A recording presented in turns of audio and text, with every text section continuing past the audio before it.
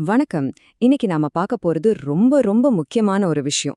நம்மள சுத்தி இருக்கிறவங்கள நேரடியா பாதிக்கக்கூடிய ஒண்ணு. ஆமா, மார்பக புற்றுநோய் விழிப்புணர்வு பத்தி தான் பேசப் போறோம். சரி, இந்த அறிகுறிகளை தெரிஞ்சுக்கோங்கன்னு சொல்றாங்களே, அதுக்கு உண்மையிலேயே என்ன அர்த்தம்? வாங்க இத பத்தி கொஞ்சம் விரிவா பார்க்கலாம். இந்த விஷயத்த நாம ஒருத்தரோட கதை மூலமா புரிஞ்சுக்கலாம். அவங்க பேரு ஆஷா. அவங்களோட அனுபவம் அது நம்ம எல்லாருக்குமே ஒரு பெரிய பாடமா இருக்க போகுது. திரும்பவும் அதே கேள்விக்கு வர்றோம். அறிகுறிகளை தெரிஞ்சுக்கணும்னு நம்ம எல்லாரும் கேள்விப்பட்டிருப்போம் இல்லையா? ஆனா அதுக்கு நிஜமான அர்த்தம் என்ன? வாங்க இதுக்கான பதிலத்தான் நாம இப்போ தேடப் போறோம். சரி, ஆஷாவோட கதைக்கு வருவோம். இது ஆரம்பிக்கிறது ஒரு ரொம்ப சாதாரணமான காலப்பொழுதுல தான். ஆனா அன்னிக்கு அவங்க பார்த்த ஒரு விஷயம் அவங்க வாழ்க்கையே மாத்தப் போகுது. எல்லா நாளும் போலதான் அன்னைக்கும் விடிஞ்சது. ஆனா அன்னைக்கு ஆஷா தன்னோட உடம்புல ஒரு சின்ன ஆனா ரொம்ப வித்தியாசமான ஒரு மாற்றத்தை கவனிச்சாங்க. பாருங்க, இந்த மாதிரி ஒரு சாதாரண மொமெண்ட்ல தான் விழிப்புணர்வே ஆரம்பிக்குது. அவங்க என்ன பார்த்தாங்கன்னா, ரொம்ப பெரிய விஷயமெல்லாம் இல்ல. தோல்ல ஒரு சின்ன குழி மாதிரி தெரிஞ்சிருக்கு, அப்புறம் ஒரு இடத்துல மட்டும் லேசா சிவந்து போயிருந்திருக்கு. இதுதான் அவங்க கவனிச்ச முதல் அறிகுறிகள். ஆனா இங்க நாம நோட் பண்ண வேண்டிய ஒரு முக்கியமான விஷயம் இருக்கு. அவங்களுக்கு எந்த வலியுமே இல்ல. பொதுவா மார்பக புற்றுநோய்னா வலிக்கணும்னு ஒரு தப்பான கருத்து இருக்கு. ஆனா ஆஷாவோட அனுபவம் அந்த நம்பிக்கையை உடைக்குது. வலி இல்ல, பெரிய தொந்தரவும் இல்ல. ஆனாலும் ஏதோ ஒண்ணு சரியில்ல, ஏதோ தப்பா இருக்குன்னு அவங்களுக்குள்ள ஒரு உள்ளுணர்வு சொல்லிக்கிட்டே இருந்துச்சு. இந்த உள்ளுணர்வு, இதுதான் செல்ஃப் அவேர்னஸோட முதல் ஸ்டெப். ஆஷாவோட அந்த உள்ளுணர்வு தான் அவங்கள உஷார்படுத்தியிருக்கு. இதிலிருந்து ஒரு முக்கியமான விஷயம் தெரிய வருது. சில சமயம் சும்மா ரூல்ஸை ஃபாலோ பண்றதை விட நம்ம உடம்ப பத்தி நாமளே தெரிஞ்சு வச்சிருக்கிறது தான் ரொம்ப பவர்ஃபுல். அது எப்படின்னு பார்க்கலாமா? இப்ப இருக்கிற ஒரு பெரிய மாற்றம் இதுதான். முன்னாடிலாம் மாசம் மாசம் ஒரு செக்லிஸ்ட்டை வச்சுக்கிட்டு ரொம்ப ஃபார்மலா சுய பரிசோதனை செய்யணும்னு சொல்லுவாங்க. இது பலருக்கு ஒரு விதமான பதட்டத்தை கொடுக்கும். ஆனா இப்போ அப்படி இல்ல. புது முறை என்னன்னா மார்பக சுய விழிப்புணர்வு. அதாவது ஒரு செக்லிஸ்ட்டை ஃபாலோ பண்றதுக்கு பதிலா உங்க உடம்போட நார்மல் எதுன்னு நீங்க தெரிஞ்சுக்கிறது. இது தொடர்ச்சியா முழுமையா இருக்கிற ஒரு விஷயம். இதனால தேவையில்லாத கவலை குறையுது, நமக்கே நம்மள பத்தின அறிவு அதிகமாகுது.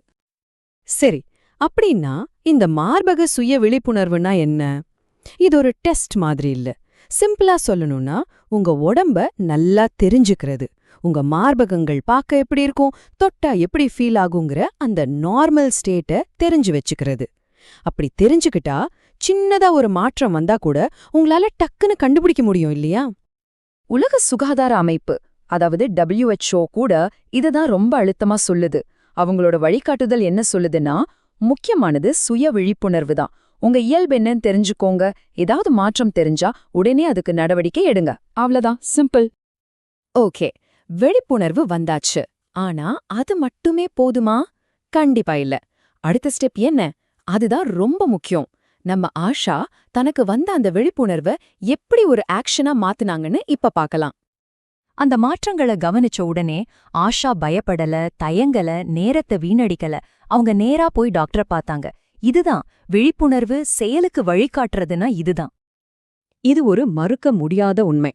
எவ்வளவு சீக்கிரமா ஒரு நோயை கண்டுபிடிக்கிறோமோ அதோட ரிசல்ட் அவ்வளவு நல்லா இருக்கும். குறிப்பா கேன்சர் விஷயத்துல சீக்கிரமா கண்டுபிடிக்கிறது ஒரு உயிரே காப்பாத்தும்.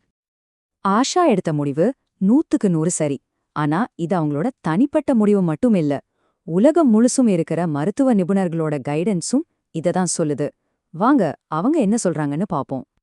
பொதுவா ரெகுலர் ஸ்கிரீனிங் பத்தி பேசும்போது உலக சுகாதார அமைப்பு 50லேருந்து 69 வயசு வரைக்கும் இருக்கிற பெண்களுக்கு சீரான இடைவெளியில மேமோகிராஃபி செஞ்சுக்கிறது ரொம்ப அவசியம்னு பரிந்துரைக்குது.